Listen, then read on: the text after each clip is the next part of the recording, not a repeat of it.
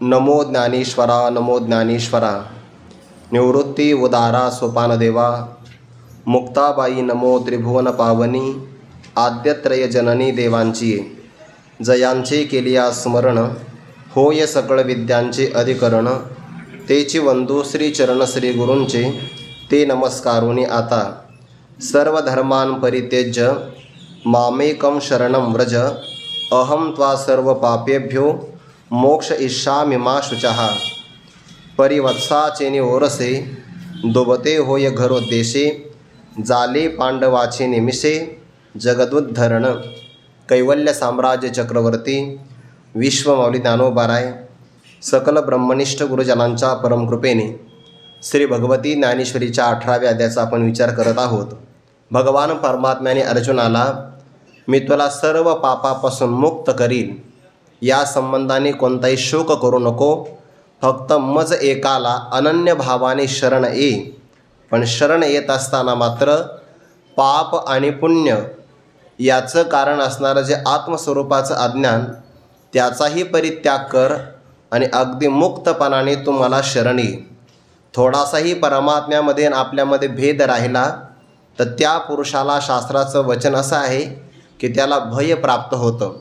यो वै उदरम अंतरम कुरुते अथ तस्य भयम भवती। ज्याप्रमाणे आपण सोनं जर पाहिलं असेल तर सोन्यामध्ये काही प्रकार आहे बघा।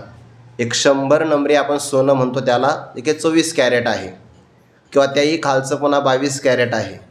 पण थोडासाही त्याच्या गुणवत्तेमध्ये जर फरक पडला तर त्याची किंमत बाजारामध्ये अगदी योग्य प्रमाणे ठरत नाही।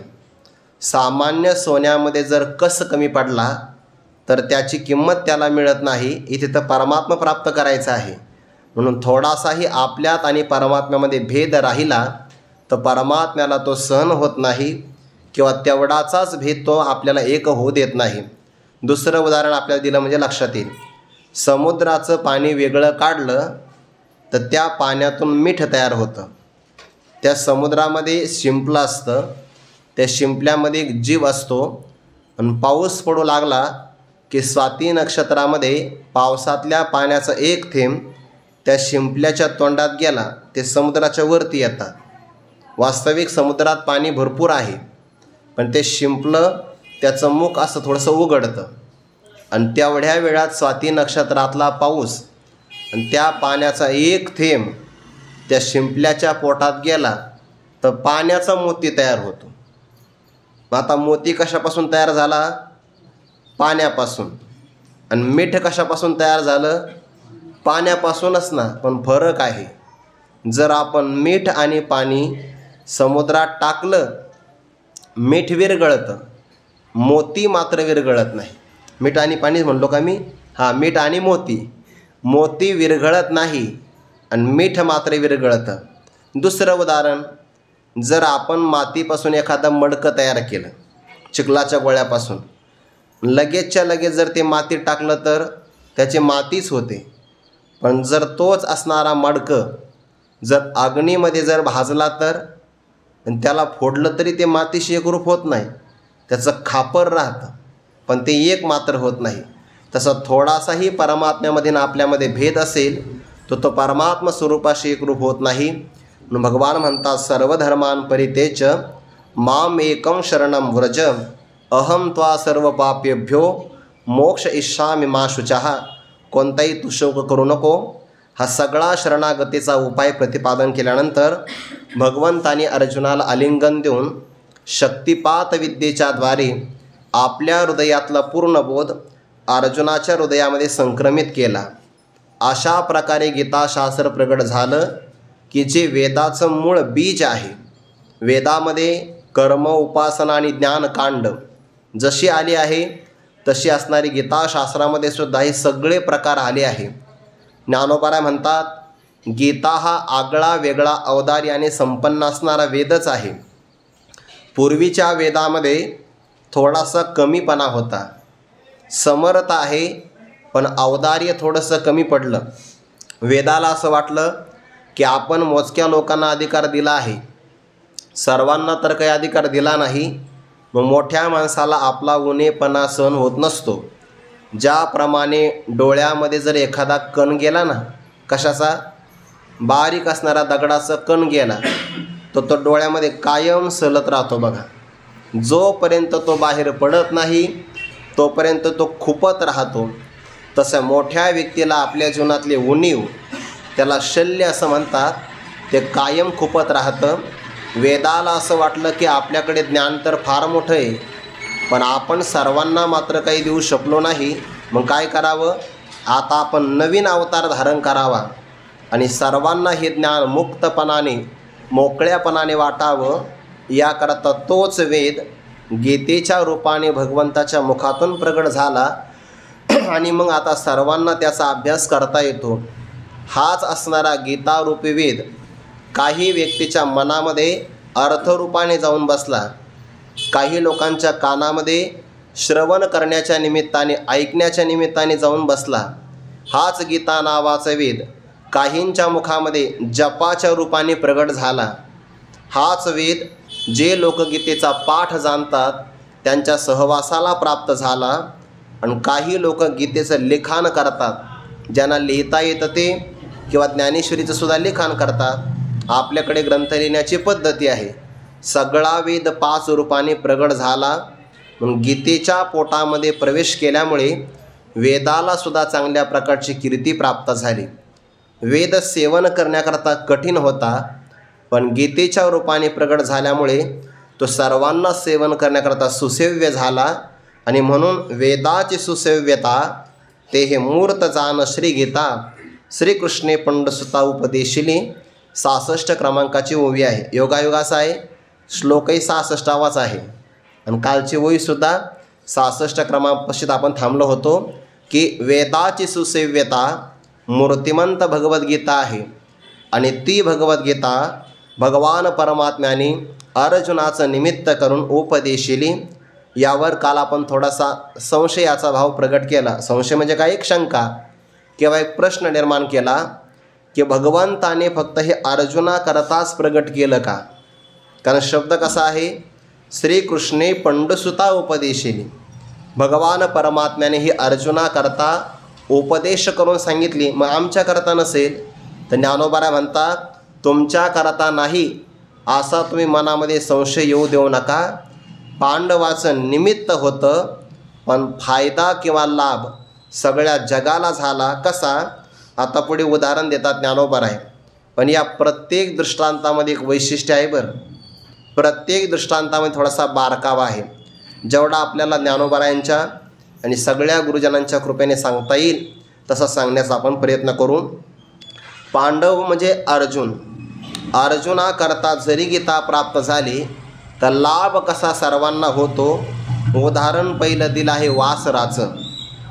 वासराकरता गाय दूध देते, पण फायदा एकट्या वासराला होत नाही, सगळ्या घरालाच होतो. पण हुशार माणसं असतात बघा, त्यांना लक्षात येतं गाय दिवसभर डोंगरामध्ये चरलेली आहे, पावसाळ्यातलं तिनं हिरवं गवत खाल्लेलं आहे, गाय कधी चारावी? जुन्या काळातले जे गुराखी असायचे की नाही, ते सकाळीच सूर्योदयाच्याच अगोदर सगळे जनावरं घेऊन शेताच्या बांधावर त्या जनावराला चारण्याकरता जायचे. का? सूर्य उदयाला येण्याच्या अगोदर गवतावर दवबिंदू असतं बघा, पाणी असतं ना थोडंसं, आणि त्या दवबिंदूसहित गवत खाल्लं की गाईच्या दुधामध्ये वाढ होते. आता गाई चारणारा गुराखीच 10ला उठतोय सकाळी, तर गाई कधी चरायला जाणार आहे? म्हणून आता दूध वाढायला आपल्याला त्या नाना प्रकारचे ते खाद्य घ्यावे लागतात. जाहिराती असतात, गाईच्या दुधामध्ये वाढ होईल. जुन्या काळात कुठं होतं हे? पण तरीसुद्धा फार मोठ्या प्रमाणात दूध असायचं ना, त्याला धवल क्रांती म्हणतात बघा, म्हणजे पांढऱ्या स्वरूपाची क्रांती. दूध झालं पाहिजे निर्माण, आणि म्हणून त्याकरता गाय दिवसभर डोंगरामध्ये चरलेली आहे, तिच्या अंगात दूध तयार होतं. ईश्वराची रचना आहे बरं. काही माणसं म्हणतात आम्ही देव नाही मानत, मानावा लागतो. म्हणजे नाही, आम्हाला संशोधन फार कळतं आहे, आम्ही सायंटिस्ट आहोत, शास्त्रज्ञ आहे. चालतं आहे, मग आम्ही तुला गवत आणून देतो, वरवंटा पाटाही आणून देतो, मस्तपैकी गवत वाटायचं, त्याचा रस काढायचा, आणि काय करायचं ते कर, फक्त दूध झालं पाहिजे तयार. होईल का? होत नाही बघा. तृण हे वाटिता क्षीर प्राप्त होत नाही बघा. तुकोबारायांचा अभंग आहे. गवत वाटलं तरी दूध तयार होत नाही, पण तेच गवत जर गाईला खाऊ घातलं तर गाईच्या पोटात काय यंत्र असेल काय माहिती, पण बरोबर दूध प्राप्त होतं. दूध कोणाकरता असतं? वासराकरता. पहिला हक्क कोणाचा आहे? अधिकार पहिला वासराचा आहे. पण ते जाणते लोक वासराला सोडतात बघा. आणि गाईने पाना सोडला की वासराला आखडतात. का म्हणत असेल? वासरू आशीर्वाद देत असेल, कल्याणमस्तु असं म्हणत असेल काय? नाही, अगोदर त्याचं पोट भरलं पाहिजे आणि मग उर्वरित दूध आपल्याला आहे. ज्ञानोबा म्हणतात बघा परी म्हणजे परंतु, वत्साचेने ओरसे. ओरसे म्हणजे काय? ममता किंवा त्याला पान्हा असं म्हणतात. तो पान्हा कोणाकरता आहे? वत्स म्हणजे वासरू. वासरा करता सोडलेला पान्हा त्या निमित्ताने दुभते म्हणजे गाईचं असणारं दूध किंवा त्याला दुभते असं म्हणतात. होय घरो देसे. सोडला पाना कोणाकरता? वासरा करता. फायदा कोणाला झाला? घरातल्या सगळ्या लोकांना. जर दूध उरलं तर मग तापवायचं, तसं नाही आहे. पण मग वासरा करता जरी दूध प्राप्त झालं तरी पण गाय एवढी उदार आहे, वासराचंही पोट भरतं, सगळ्या घरातल्या लोकांचंही भागतं, आणि पाहुणे आले तर त्यांनाही भेटतं बघा. दोबते होये घरोत देशे. घराकरता सगळं प्राप्त होतं. हे झालं उदाहरण. जाले पांडवाचे नेमिसे जगदुद्धरण. अगदी त्याच प्रकारे पांडव म्हणजे कोण? भक्तराज अर्जुन. आणि त्या अर्जुनाच्या मिशे म्हणजे निमित्ताने, जसं वासराच्या निमित्ताने गाईचं दूध घराला मिळालं, तसं अर्जुनाच्या निमित्ताने सगळ्या जगाचा उद्धार झाला. कारण गीतेचं तत्त्वज्ञान आपल्यालाही प्राप्त झालं की नाही. पण याच्यात थोडासा फरक आहे या उदाहरणामध्ये. का? गाय जरी दूध देत असेल तर फायदा एकाच घराला होतो, गल्लीला होत नाही. मग आता फायदा जास्त प्रमाणात झाला पाहिजे की नाही. मग दुसरं उदाहरण, चातकाची एक नवे मेघ पाणी येसी धावे, तेथ चराचर आघवे निवाले जेवी. चातक नावाचा निसर्गात पक्षी बघा. दोन पक्षी फार अनन्य आहे. एक आहे चातक, दुसरा आहे चकोर. पौर्णिमा सोमवारी ना, तर मग पौर्णिमेच्या दिवशी चंद्र पूर्ण झाला की त्या चंद्रकिरणातून अमृत पाझरतं. ते फक्त चकोराला सेवन करता येतं. आपल्याला वर्षभर ते जमत नाही, म्हणून आपण कोजागिरीला तो प्रयोग करतो. ते सुद्धा दूध तापवलं पाहिजे चांगलं, आणि चंद्राचं प्रतिबिंब त्यात पडलं पाहिजे. इतक्या वेळेपर्यंत भजन केलं पाहिजे. गाणे लावून नाचायचं नाही, त्याला कोजागिरी नाही म्हणत ते. त्याला भजन केलं पाहिजे. मग चंद्राचं अमृत पडलं की मग नैवेद्य दाखवून ते सेवन करायचं, असा त्याचा अर्थ होतो. पण चकोराला मात्र भजन वगैरे करावं लागत नाही. त्याने फक्त आपली चोच वर केली की बरोबर त्याला चंद्राच्या किरणातलं अमृत प्राशन करता येतं.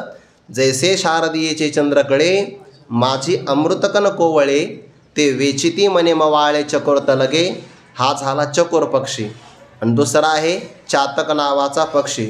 तो इतका हुशार आहे, तो असा समुद्र भरलेला असेल, नद्या किंवा फार मोठ्या प्रकारचे सरोवर, पाण्याकडे पाहतच नाही तो.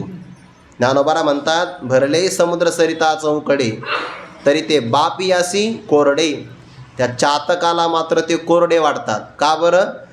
मेघोनी थेंबुटा पडे तै पाणी की तया.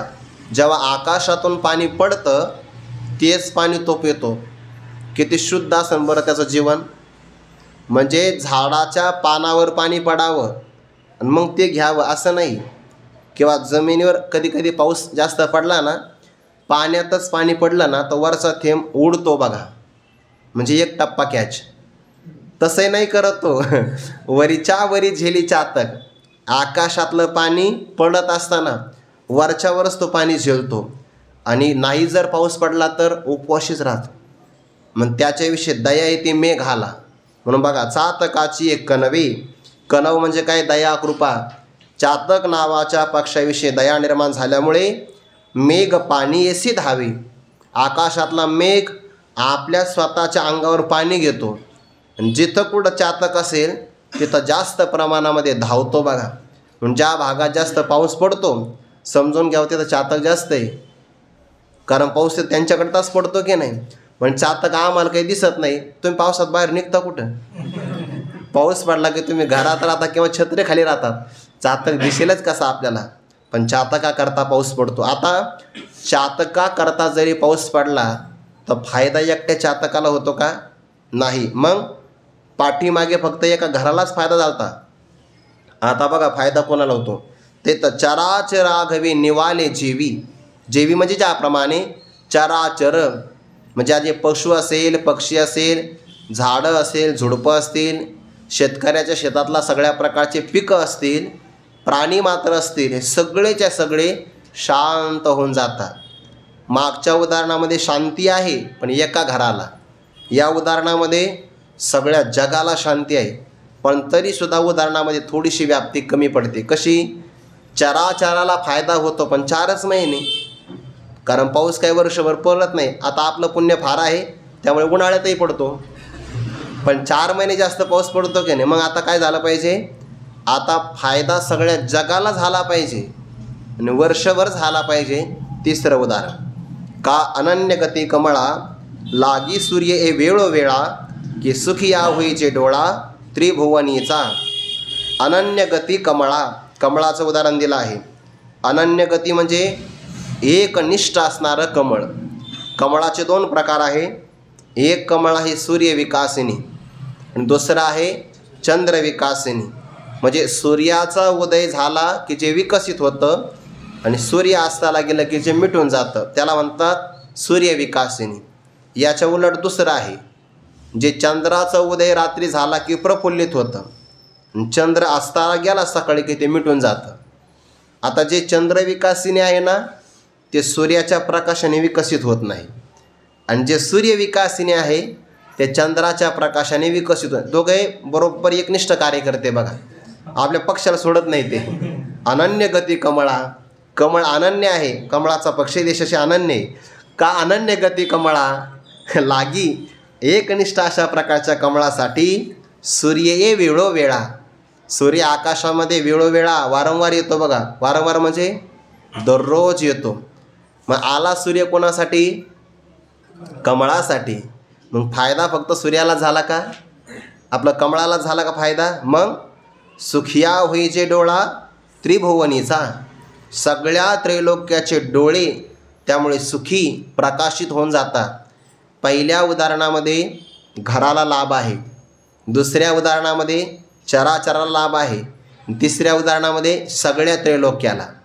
पहिल्या उदाहरणामध्ये गाईचं दूध मिळताना काही 7-8 महिन्याचा कालावधी असेल, दुसऱ्या उदाहरणामध्ये 4च महिने पाऊस पडतो, पण तिसऱ्या दृष्टांतामध्ये वेळोवेळा दररोज म्हणजे वर्षभर सूर्याचा प्रकाश आहे आणि सगळ्या त्रैलोक्याला आहे. ज्ञानोबाची दृष्टांत देण्याची पद्धती आहे बरं. याला चढता क्रम असं म्हणतात. काही लोक असं म्हणतात साहित्यिक ज्ञानोबाने दृष्टांत दिले म्हणजे विनाकारण विस्तार केला. विनाकारण विस्तार नाही, विस्तारात बारकावा तुम्हाला शोधता येत नाही, त्याचं कारण तुम्ही संस्थेत बसले नाही असं त्यांना सांगावं लागेल. का अनन्य गती कमळा कोण्यातरी महापुरुषांच्या जवळ हे ऐकलं पाहिजे की नाही. साहित्यिकाला काय कळत आहे? साहित्यिकाला बुद्धिमत्ता असेल, चिकित्सा असेल, श्रद्धा नसते. श्रद्धावानाला सगळं कळत असतं. अनन्य गती कमळा सूर्य ए वेळोवेळा की सुखिया होईचे डोळा त्रिभुवनीचा. हे झालं उदाहरण बरं. आता बघा, तैसे अर्जुनाचे ने व्याजे गीता प्रकाशून श्री राजे संसारा एवढे थोर ओझे फेडिले जगाचे. किती गोड ओवी आहे. अर्जुनाचं व्याज म्हणजे निमित्त आहे. व्याज म्हणजे आपण घेतो ते नाही बरं. हां, ते व्याज काही कामाचं नाही आहे. त्याच्यामध्ये लोकाचा शाप आहे बघा. व्याज घेऊ नये कधी. व्याजाने मनुष्य फार मोठी प्रगती नसतो करत. ते व्यवहारातले व्याज सोडून द्या. इथं व्याज म्हणजे निमित्त, कारण एका शब्दाचे अनेक अर्थ असतात.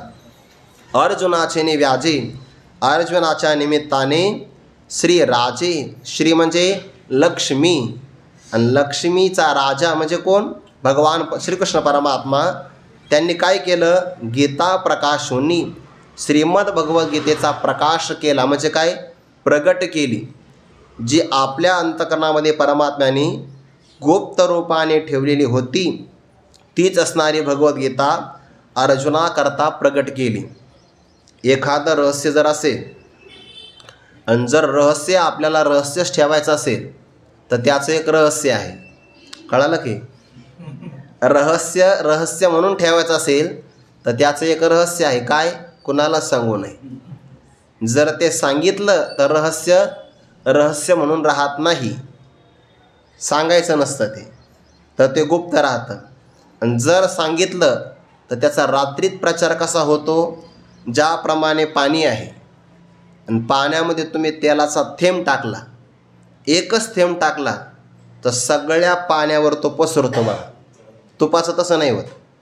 तेल मात्र सगळ्या पाण्यावर पसरून जातं. तसं गुप्त गोष्ट एखाद्या व्यक्तीच्या आपण कानात सांगितली आणि जर त्याला दम नाही निघाला, कारण बऱ्याच लोकांना असं ऐकलं का कोणाला तरी सांगा वाटतं, ते त्याने झाकून नाही ठेवलं आणि सांगितलं कोणाला तर रात्रभरात सगळं गावात ते पसरतं तेलाच्या थेंबाप्रमाणे.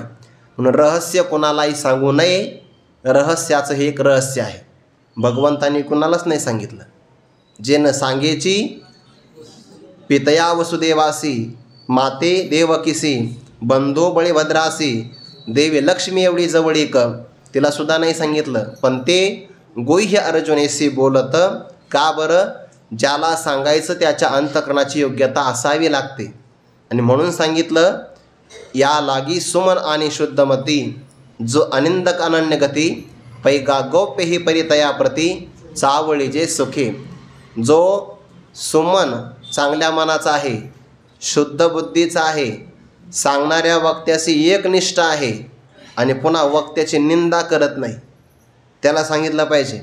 नाहीतर काही लोक कीर्तन ऐकतात, सांगाच कामच आहे त्यांचं, त्यांना काय लागतं, आपण कुठे एवढं मनावर घ्यायचं असतं, निंदा करतात. अशा निंदकाला ज्ञान सफल होत नाही. म्हणून परमात्म्याने हे सांगितलंच नव्हतं कोणाला. पण अर्जुन आल्याबरोबर गीता प्रकाशुनी श्रीराजे, अर्जुनाकरता भगवंतांनी अर्जुनाच्या निमित्ताने भगवद्गीतेसारखं फार मोठं महत्त्वाचं ज्ञान प्रगट केलं. आपल्याकडे बियाणं असतं, आपण कोणत्या भूमीमध्ये पेरत असतो?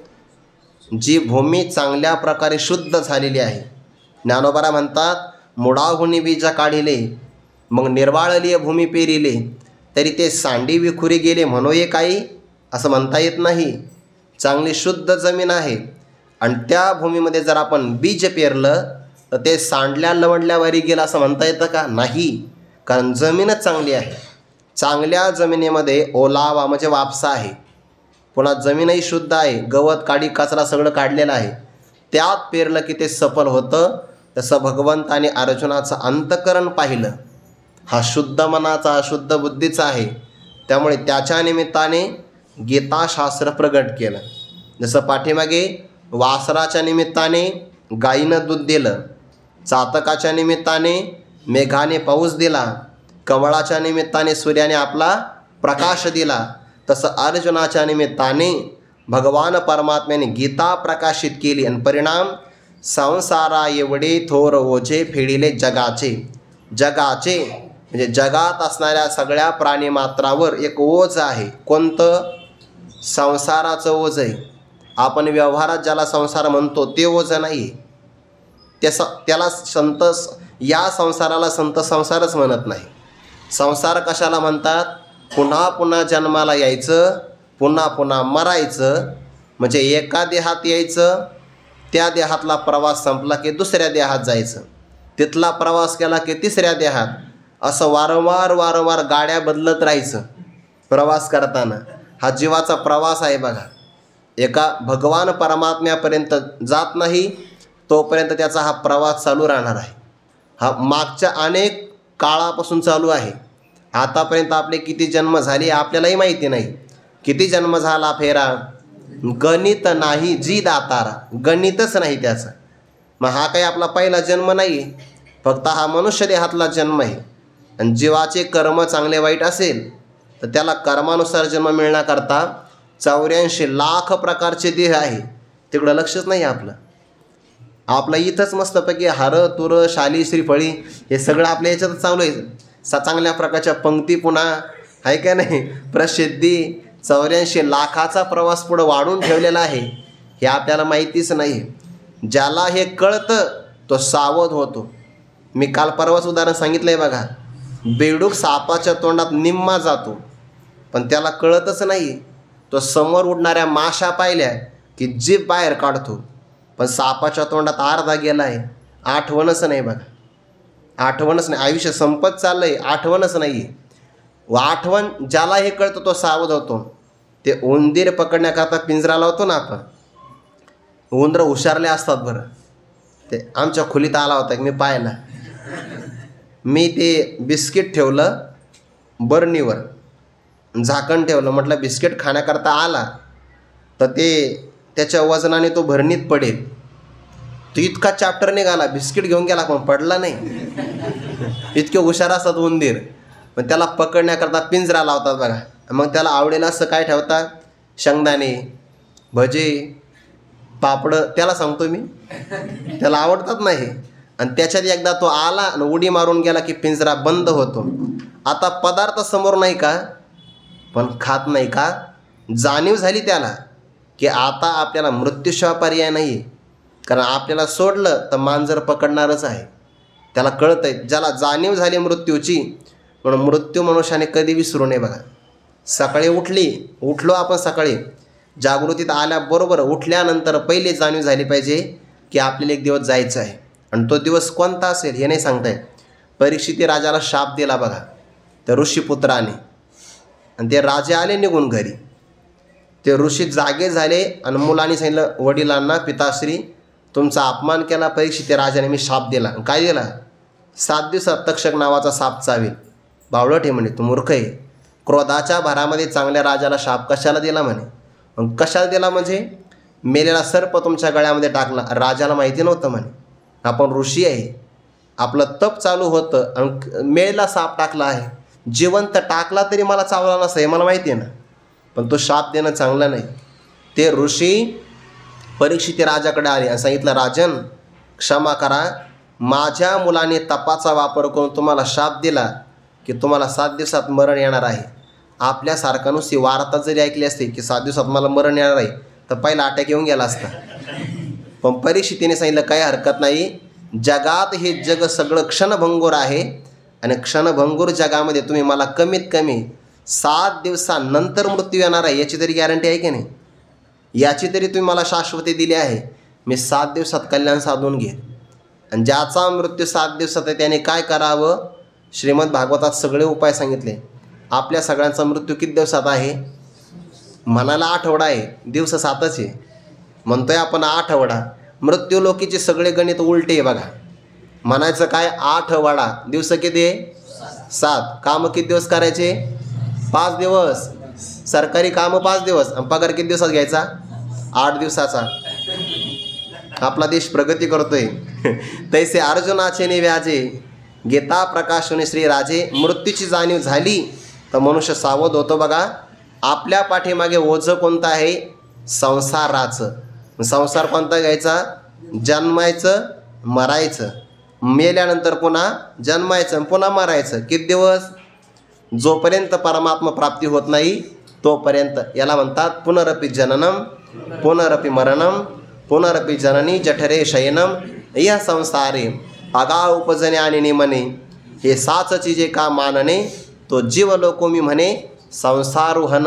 हे संसाराचं ओझ सगळ्यावर आहे, कुठपासून, मुंगीपासून ब्रह्मदेवापर्यंत सगळ्याला पुन्हा जन्माला जावं लागतं की नाही. अब्रह्मभुवनान लोका पुनरावृत्तीनोर्जुन. सगळ्याला जन्माला मराला यावं लागतं.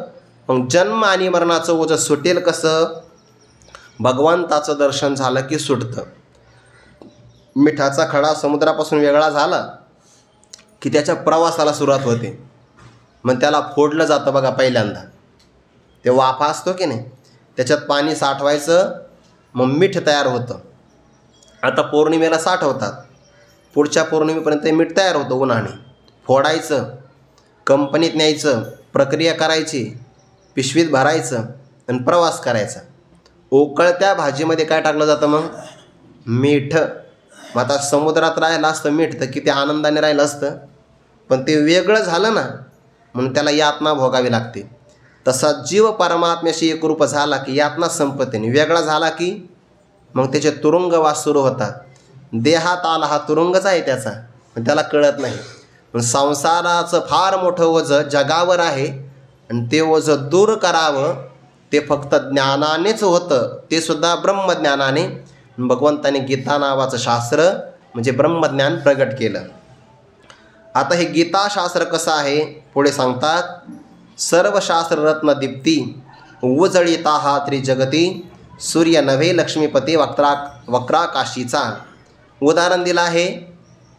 आकाश असतं की नाही, पहिल्यांदा रूपक समजून घ्या म्हणजे ओवी समजेल.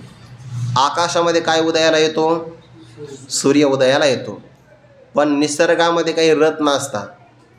आपण ज्ञानोबांचा जर मुकुट पाहिला ना, तर मुकुटामध्ये रत्न जडवलेले बघा. लाल लाल रंगाचे आहे, काही नील रंगाचे आहे, असे रत्न अनेक प्रकारचे असतात. आणि त्या रत्नात प्रकाश असतो बघा. स्वतः अंधार केला रत्न ठेवलं ना तर काही काही रत्नातून प्रकाश बाहेर पडतो. काही रत्न असे असतात की सूर्याचं किरण लागलं की त्याच्यातून अग्नीच्या ठिणग्या बाहेर पडतात. त्याला सूर्यकांतमणी असं म्हणतात. असे रत्नाचे अनेक प्रकार आहे. पण एखादं रत्न असावं आणि त्या रत्नाचं तेज सूर्याचं किरण जर पडलं तर ते आणखीन उजळतं. हे जसं घडावं तसं सर्व शास्त्र जगातले बरं, पुन्हा वेदाला मानणारे आस्तिकशास्त्र हे एक प्रकारचं रत्न आहे. त्या रत्नामध्ये एक प्रकारचं तेज आहे. कोण? सर्व शास्त्राच्या रत्नामध्ये ज्ञानाचं तेज आहे. आणि त्या तेजाला उजळविणारा एक सूर्य आहे. कोण?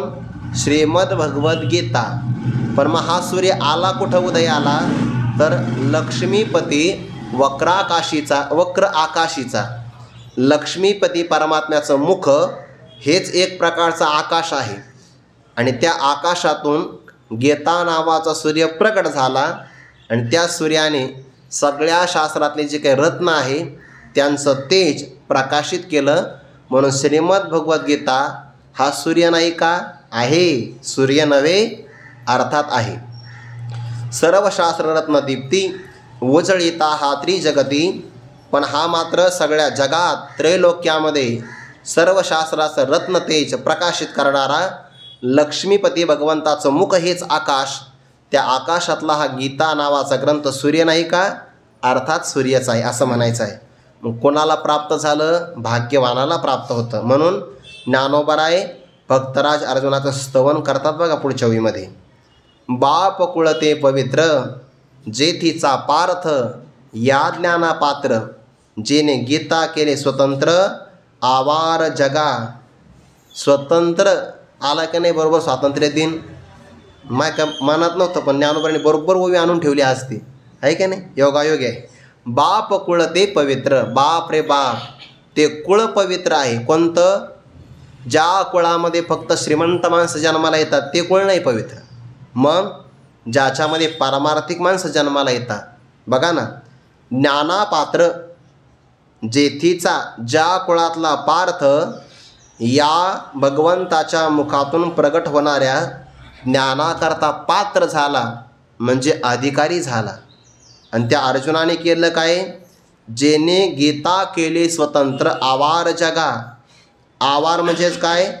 पूर्वीच्या काळामध्ये एखादं गाव असायचं, त्या गावात आक्रमण होऊ नये म्हणून तटबंदी असायची. जर आपण देवगिरीचा किल्ला पाहिला ना, आजही बघा त्या किल्ल्याला सगळीकडून तटबंदी आज पण बरं आणि सुरक्षित आहे. जुन्या काळातले किल्ले त्याला जवळपास 800-700 वर्ष होऊन गेले, त्याचा दगड अजून निघाला नाही. आणि हल्लीच्या काळात पुलाचे बांधकामं होतात, पूल सुरू पण होत नाही. पहिल्याच पावसात पूर दुसऱ्या गावाला धडकतो, जाऊन वाहून जातो आहे का नाही? कारण जुन्या काळात प्रामाणिकपणा फार मोठा होता. असं म्हणजे काम चांगलं केलं जायचं. मग सगळे किल्ले आजही त्यातला दगडसुद्धा निखळत नाही बघा. जुने जुने बांधकामं जाऊन बघा तुम्ही. मग पूर्वीच्या काळामध्ये भिंत असायची किंवा आपण जर ते रत्नपूर म्हणजे कोणतं गाव? खुलताबाद म्हणतात त्याला सध्याला. रत्नपूर नावाचं गाव, त्याही गावाला तटबंदी बघा.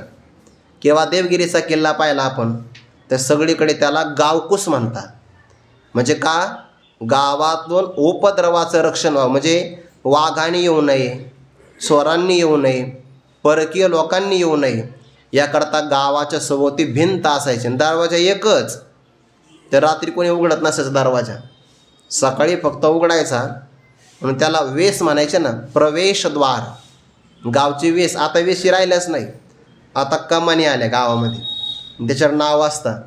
ज्याने बांधली त्याचं नाव. दुसरा म्हणला मी जास्त पैसे देतो, पाडा पहिली दुसरी बांधा, ऐका नाही, असं होतं. पण जुन्या काळात तसं नाही, सार्वजनिक बांधकाम असायचं गावातलं. म्हणून एकच गावकूस असायचा. ज्याप्रमाणे गावाच्या सभोवती संरक्षक भिंत असावी, तसं सगळ्या जगाला संरक्षक आवार भिंत कोणती आहे? ब्रह्मज्ञान. उठा उठा जागा पाठी, भय आले मोठे, पंढरी वाचुनी दुजा ठाव नाही कोठे. ज्याच्या जीवनात ब्रह्मज्ञान आहे त्याच्या जीवनामध्ये अनुकूल प्रतिकूलतेचे संकट प्रवेश करत नाही. त्याच्यावर मरणाचे असणारे दरोडे शत्रू दरोडा टाकत नाही, विकार त्याला लुटत नाही. ब्रह्मज्ञानाचं काय आहे? भिंत आहे बघा. गावकूस आहे हे. चिलखत अंगावर असेल तर शस्त्र ज्याप्रमाणे लागत नाही, तसं ब्रह्मज्ञान ज्या पुरुषाला आहे त्याच्यावर विकाराचं, विषयाचं, जगाच्या अनुकूल प्रतिकूलतेचं, मान अपमानाचं, निंदास्तुतीचं आणि मृत्यूचं असणारे हे भीती किंवा शत्रू त्याच्यावर काही प्रभाव टाकू शकत नाही. म्हणून अर्जुनाचं कुळ जे आहे पवित्र आहे बघा. वास्तविक अर्जुनाला किंवा पांडवांना वनवास मिळाला की नाही? पहा, ते पांडव अखंड वनवासी, कायम वनवासामध्ये आहे. पण ज्ञानोबा आहे त्या वनवासाचं दुःख नाही सांगत. प्रतिकूलता व्यवहारात आहे, पण परमार्थामध्ये किती अनुकूलता आहे. बाप रे बाप, ते कुळ पवित्र आहे. का? ज्या कुळातला हा अर्जुन या ज्ञानाला पात्र झाला. मग कुळाला काय फायदा? वा, तो कुळ पावन करतो की नाही? हरिपाठामध्ये प्रमाण आहे बघा. काळ वेळ नाम उच्चारिता नाही पुढे, दोन्ही पक्ष पाही उद्धरती. त्या दोन्हीकडच्या कुळाचा तो उद्धार करतो. म्हणजे आपल्या वाडवडिलांचाही आणि आईकडच्याही कुळाचा. म्हणून हे ज्ञान फार महत्त्वाचं. म्हणून कुलम पवित्रम जननी कृतार्था वसुंधरा पुण्यवतीच तेन अपार संविसुख सागरेस्मिन लेनम परिब्रह्मणी यशचेता. ज्याला ज्ञान प्राप्त झालं त्याच्यामुळं पितरही नाचतात, स्वर्गातले देवही नृत्य करतात आणि पृथ्वीसुद्धा सनात होऊन जाते. म्हणून पवित्र ते कुळ, पावन तो देश, जेथे हरीचे दास जन्म घेती. म्हणून आपला भारत पवित्र आहे बघा. आपल्या भारताला काय म्हणतात? भा म्हणजे ज्ञान, रत म्हणजे रम्मान होणारा. आपला भारत देश ज्ञानात रम्मान होणारा आहे. म्हणून तर भरतखंडे नरदेह प्राप्ती हेतो परमभाग्याची संपत्ती. फार मोठं भाग्य असेल तर भारतात जन्म मिळतो. आणि अशा भारतात जन्म झाला की मग तो पवित्र आहे, कारण तो या ज्ञानाचा अधिकारी आहे. आणि जर हे ज्ञान प्राप्त झालं तर खरं स्वातंत्र्य आहे. आपल्या भारताला स्वातंत्र्य मिळालं ते सार्वभौम राज्य आहे. 1947ला आजच्या दिवशी 15 ऑगस्टला स्वातंत्र्य मिळालं. हेही स्वातंत्र्य आवश्यकच आहे. पण जीव सापडला आहे शरीराच्या बंधनामध्ये, अज्ञानाच्या ताब्यामध्ये. या ताब्यातून त्याची सुटका झाली तर खरं स्वातंत्र्य आहे. ज्याने गीता केले स्वतंत्र आवार जगा, या सगळ्या जगाकरता गीता नावाचं हे आवार स्वतंत्र केलं म्हणजे मोकळं केलं. मग कुणीही या गीतेचं अध्ययन करा आणि भीतीपासून मोकळे व्हा, याकरता अर्जुनाने हे प्रगट केलं. ज्ञानोबा म्हणतात, हे असो मग तेने सद्गुरू श्रीकृष्णे पार्थाचे मिसळणे आणिले द्वैता. हे असो, हा सगळा विचार असू द्या. मग तेने सद्गुरू श्रीकृष्णे, मग त्या सद्गुरू असणाऱ्या श्रीकृष्णांनी. सद्गुरू कोणाला म्हणतात? सत शब्द आहे सत्याचा वाचक, किंवा सत शब्द आहे परमात्म्याचा वाचक.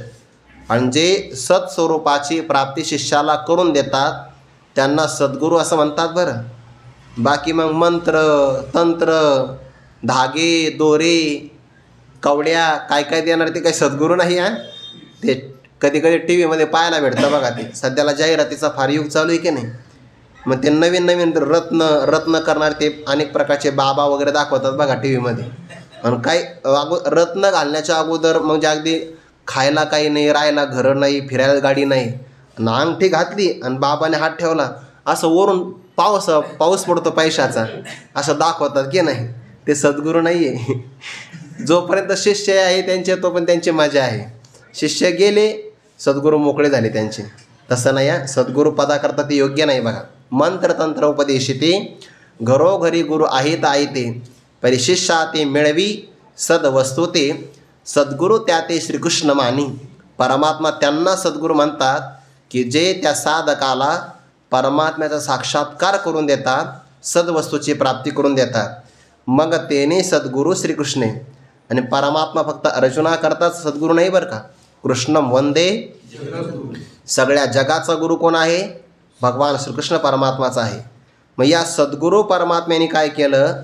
पार्थाचे मिसळणे आणले द्वैता. जो अर्जुन भगवान परमात्म्याला आलिंगन दिल्यानंतर एक रूप झाला होता ना, पाठीमागं ओव्या आल्या ना, मग सावळास कंकण बाहू पसरुनी दक्षिण आलिंगिला स्वशरण भक्तराज तो.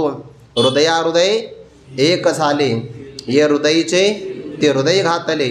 द्वैतन मुडिता केले आपणायसे अर्जुना. द्वैत तसंच ठेवलं, पण अर्जुनाला मात्र आपल्या स्वरूपाशी एकरूप करून घेतलं की नाही. हा जो प्रकार झाला, भगवान म्हणतात भगवान परमात्म्याने पार्थाचे मिसळणे. मिसळे म्हणजे आपल्या स्वरूपामध्ये तो एकरूप होत होता, ते होऊ दिलं नाही. मग द्वैता आणली. द्वैतामध्ये पुन्हा माघारी आणलं. म्हणजे काय? अर्जुन तू अर्जुनच आहे आणि मी श्रीकृष्णच आहे. तो शिष्य आहे, मी सद्गुरू आहे. तो भक्त आहे, मी देव आहे. तू ऐकणार आहे, मी सांगणार आहे. किंवा कधी कधी तू सांगणार आहे आणि मी तुझं ऐकणार आहे. बरोबर आहे की नाही? दोन्ही पण प्रकार आहे. म्हणजे काय? भक्तराज अर्जुनाने सांगावं, रथम स्थापय मेच्युत, माझा रथ दोन्ही सैन्यांच्या मध्यभागी उभा करा, असं तू सांगावं आणि मग मी ते ऐकावं. लगे दोही सैन्या माझी केला उभा, तेने रथ उभा केला. या ठिकाणी परमात्म्याने ऐकलं. पण दुसऱ्या अध्यायाच्या 11व्या श्लोकापासून मग भगवंतांनी सांगितलं आणि अर्जुनाने ऐकलं. म्हणून ऐकणारा, सांगणारा, देव, भक्त, शिष्य, गुरु किंवा अर्जुन आणि श्रीकृष्ण असं जे काही द्वैतपणाचा भाव होता, तो द्वैतपणाचा भाव भगवंताने पुन्हा माघारी आणला. म्हणजे अर्जुनाला पूर्ण परमात्म्याने आपल्या स्वरूपाशी एकरूप करून घेतलं नाही. का बरं? त्याचं कारण, जर आत्ताच अर्जुन आपल्याशी एकरूप झाला आणि देह भावनेवर राहिला नाही तर युद्ध नाही ना होणार. देह भावावर जर आला नाही हा, तर याला मी अर्जुन आहे असं वाटणार नाही. मी अर्जुन आहे असं नाही वाटलं तर मी क्षत्रिय आहे असंही वाटणार नाही. आणि क्षत्रिय असं वाटलंच नाही तर हा युद्धच करणार नाही. नाही युद्ध केलं तर अधर्माचा पराभव होणार नाही. आणि आपल्याला तर अधर्माचा नाश करायचा आहे ना. परित्राणाय साधूनाम विनाशाय च दुष्कृताम धर्मसंस्थापनार्थाय संभवामी युगे युगे. प्रत्येक युगामध्ये मी जन्माला अवताराला याकरताच येतो आहे. आता अर्जुनाच्या हातून मला धर्म कार्य करायचं आहे. आणि तो अर्जुन जर माझ्याशी एकरूप झालाच तर मग युद्ध कसं घडेल? म्हणून अर्जुनाला भगवंताने आणले द्वैता. द्वैताला आणलं बरं. म्हणून जीवाचं सगळं असणारं सामर्थ्य परमात्म्याच्या हातामध्ये आहे. म्हणून भगवंताला प्रार्थना करावी, आता तुझं कळेल ते करी, तारीशी तरी तारी मारी, जवळी अथवा दुरी धरी, घाली संसारी अथवा नको शरण आलो नेन ते पणे. म्हणून सद्गुरूंना कळतं बरं आपल्याविषयी की याला नेमकं आता काय दिलं पाहिजे. आता भक्तराज अर्जुनाच्या बाबतीमध्ये भगवंताला काय कळणार नाही, सगळं कळतं आहे. पण कार्य करायचं म्हणून द्वैतावर आणलं आणि द्वैतावर आणण्याकरता प्रश्न विचारला अर्जुनाला. कारण प्रश्न ऐकायला जर हा कानापर्यंत आला तर प्रश्नाचा विचार करण्यापर्यंत मनात जाईल. मनापर्यंत गेला तर हा जागा होईल. देवाने बघा, पाठी म्हणत असे पांडवा, शास्त्र हे मानले की जीवा, ते तर येरो म्हणे देवा आपुलिया कृपा. फार महत्त्वाची ओवी बरं ही. भगवंतांनी प्रश्न कसा केला आणि उत्तर कसं दिलं आहे बघा. नम्रतेचं उत्तर असं असतं. पाठी, पाठी म्हणजे काय? नंतर.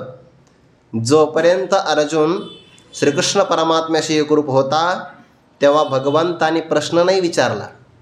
पण हे सगळं शक्तिपाताचं कार्य झाल्यानंतर पाठी, नंतर म्हणत असे पांडवा.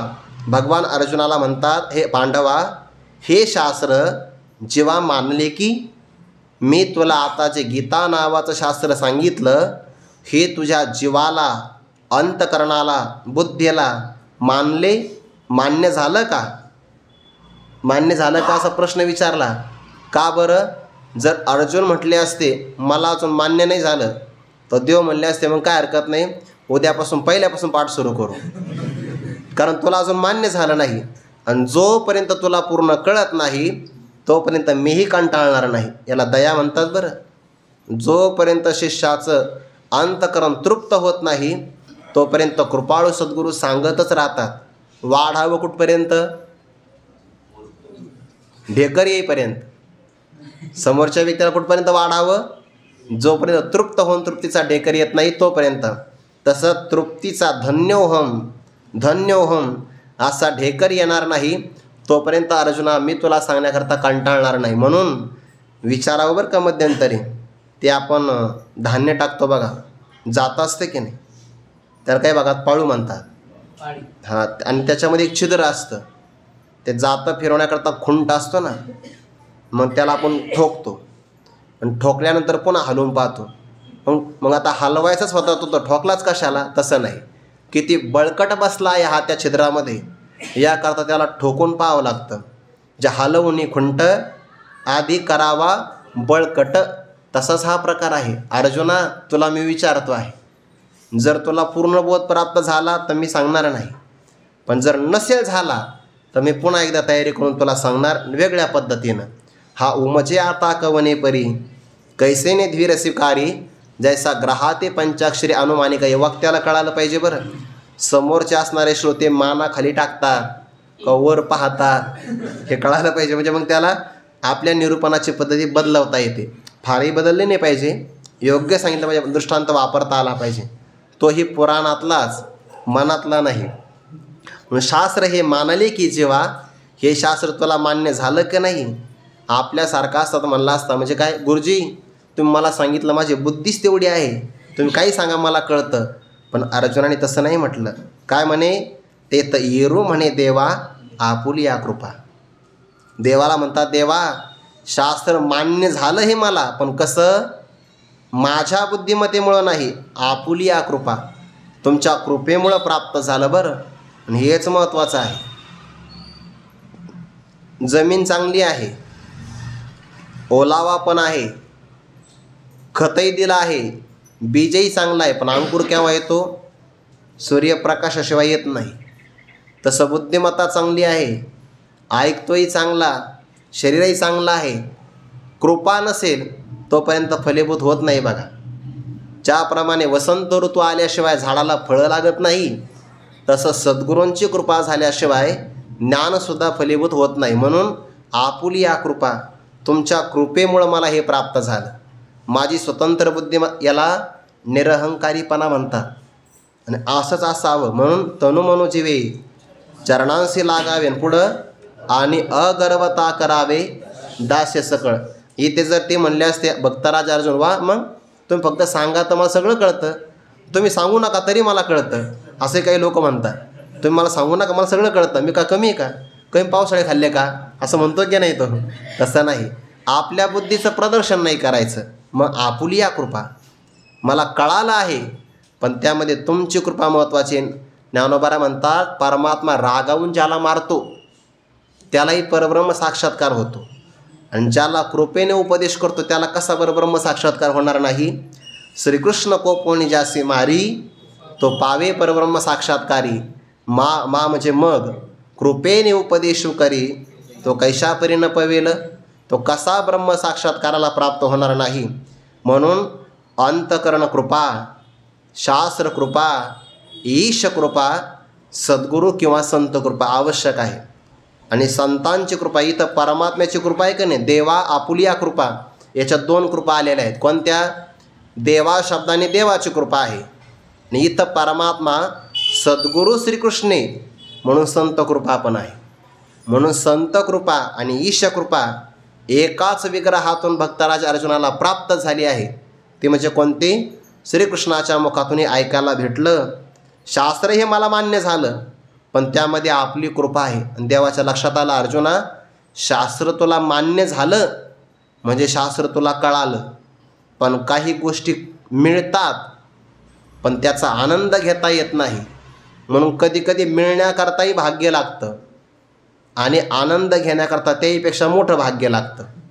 बऱ्याचदा काही माणसं साखर कारखान्याचे मालक असतात, पण डॉक्टर सांगतात साखरेचं पोतंसुद्धा पाहायचं नाही, कारण नुसती साखर जरी पाहिली तर वाढती. म्हणजे नाही का मिळालं पण घेता कुठं येतं. तसं अर्जुनात तुला शास्त्र मिळालं आहे, पण या शास्त्राचा आनंद घेण्याकरता एक पद्धती असावी लागते. भगवान उदाहरण पुढे देणार आहे, तो विचार आपण उद्या पाहू. पुंडलिक वरदारी विठ्ठल श्री ज्ञानदेव तुकाराम माऊली ज्ञानेश्वर महाराज की जय. जगद्गुरु तुकाराम महाराज की जय. सद्गुरु जोग महाराज की जय. ज्ञानदेव तुकाराम.